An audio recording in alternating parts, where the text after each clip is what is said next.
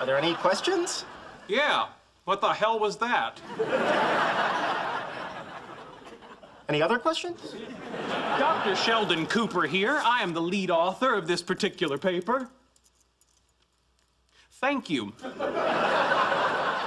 And you, sir, you have completely skipped over the part where I was walking through the park and I saw these children on a merry-go-round, which started me thinking about the moment of inertia in gases like helium at temperatures approaching absolute zero. I didn't skip it. It's just an anecdote. It's not science. Oh, I see. It was the apple falling on Newton's head. Was that just an anecdote? You are not Isaac Newton. No, that's true. Gravity would have been apparent to me without the apple. You cannot possibly be that arrogant. You continue to underestimate me, my good man. Look, if you weren't happy with my presentation, then maybe you should have given it with me. As I've explained repeatedly, unlike you, I don't need validation from lesser minds. No offense. Really? So why did you come? Because I knew you'd screw this up. I didn't screw it up. Oh, please. I admit that spherical chicken joke, that was hilarious. But it was straight downhill from there. You know, I've had enough of your condescension. Maybe I didn't go to college when I was 11, like you. Maybe I got my doctorate at 24 instead of 16. But you are not the only person who is smarter than everyone else in this room. No offense. And I am clearly not the only person who is tormented by insecurity and has an ego in need of constant validation. So you admit you're an egotist? Yes!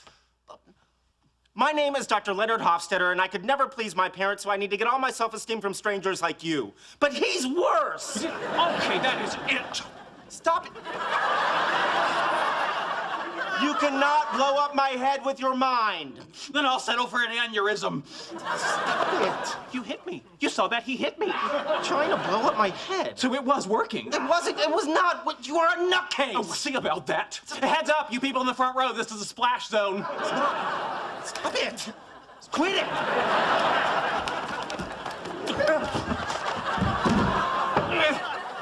Is this usually how these physics things go? More often than you think. Fucking nerve pin!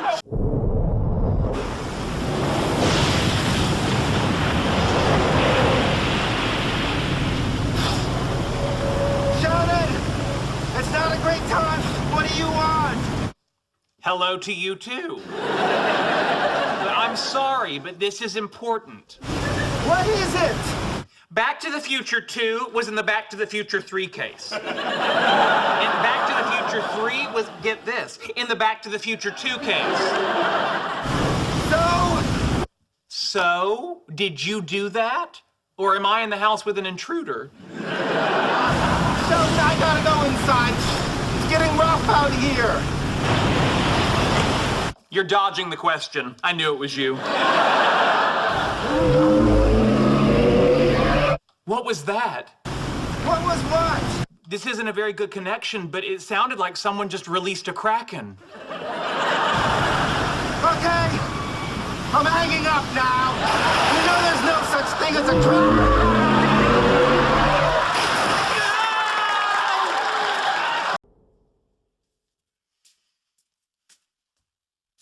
Why are you up? How am I supposed to sleep?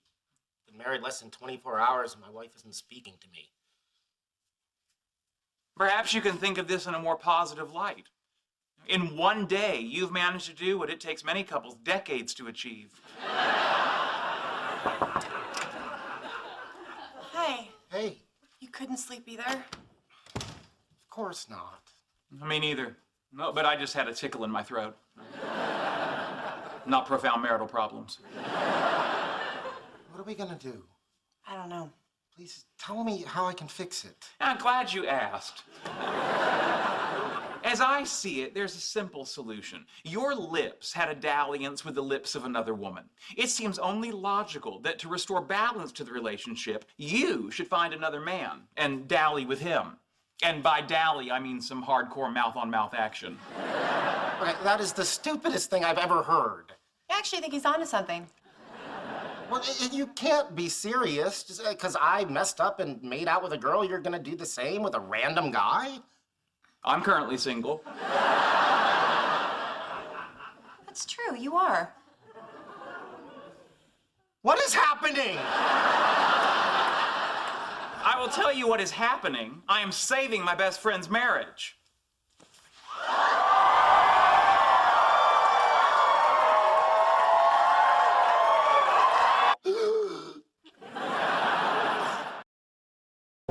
Hi, I'm calling about your marriage counseling services and was curious what your rate is.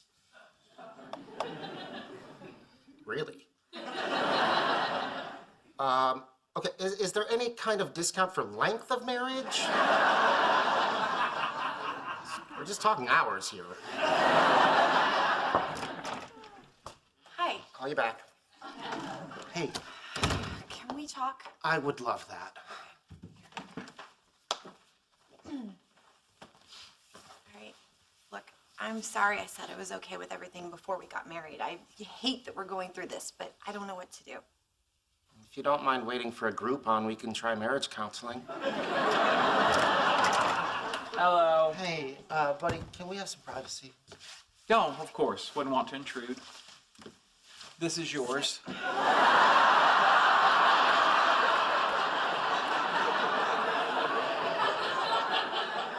Okay, when I'm done with him, I'm gonna need more information. Nothing odd. I just wanted to rub Amy's nose in it. Okay, look, I might be overreacting, but how am I supposed to get past this when I know tomorrow you're gonna go to work and see this woman? Now, forgive me for eavesdropping, but as I see it, there's a simple solution. Wake up, wake up, wake up. Bring Penny to meet Mandy. What? Why? Well, right now, Penny's imagination is running wild. But if they meet, that will eliminate the mystery and alleviate her fears. Like when that Sparklets guy let me look under his eye patch. First of all, you made that guy cry. And we learned that you don't need an eyeball to do that. Secondly, I can't think of a more horrible idea than Penny meeting Mandy. Really? Why is that? What, you actually want to meet her? No, but now that you're being weird about it, maybe I should. Well, I'm not being weird. Am I being weird? Yes. And that's coming from me. Fine, you want to meet her? No, I just want to know that when you're at work, there's nothing going on. How many times do I have to tell you I have no interest in this woman? Yeah, well, maybe she has interest in you. Well, in Leonard? Oh, even the Sparklets guy could see that's unlikely.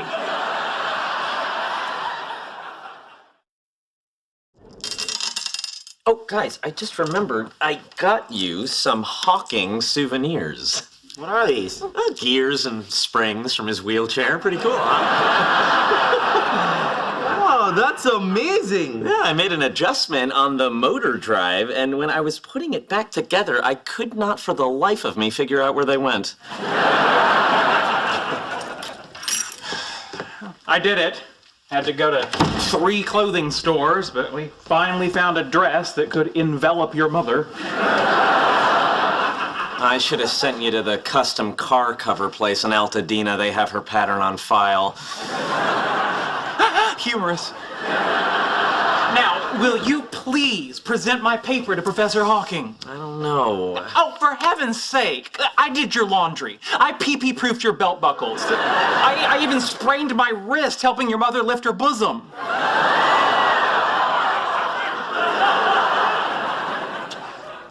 All right, Sheldon. There's only one thing left I want you to do. Don't worry. It's an easy one. Okay, Give me a compliment. fine. You have very tiny hands. No, about my job. I want you to tell me I'm good at what I do. You're obviously good at what you do. Well, then why are you always ripping on me? Oh, I understand the confusion. Now, I have never said that you are not good at what you do. It's just that what you do is not worth doing.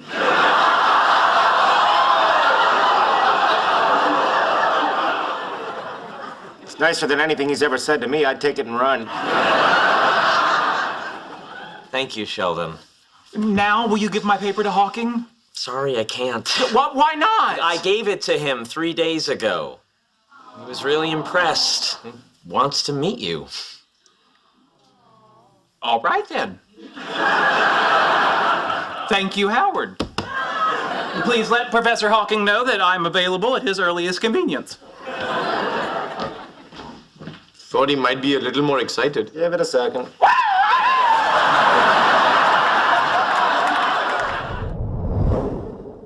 Professor Hawking, it's an honor and a privilege to meet you, sir. I know. I want to thank you for taking time to see me. My pleasure. I enjoyed reading your paper very much. You clearly have a brilliant mind. I know. Your thesis that the Higgs boson is a black hole, accelerating backwards through time, is fascinating. Thank you. It came to me one morning in the shower. That's nice. Too bad it's wrong. What do you mean wrong? You made an arithmetic mistake on page 2. It was quite a boner. No, but that can't be right. I don't make arithmetic mistakes. Are you saying I do? Oh, no, of course not. It's just, I was thinking, oh gosh golly, I made a boo-boo. And I gave it to Stephen Hawking.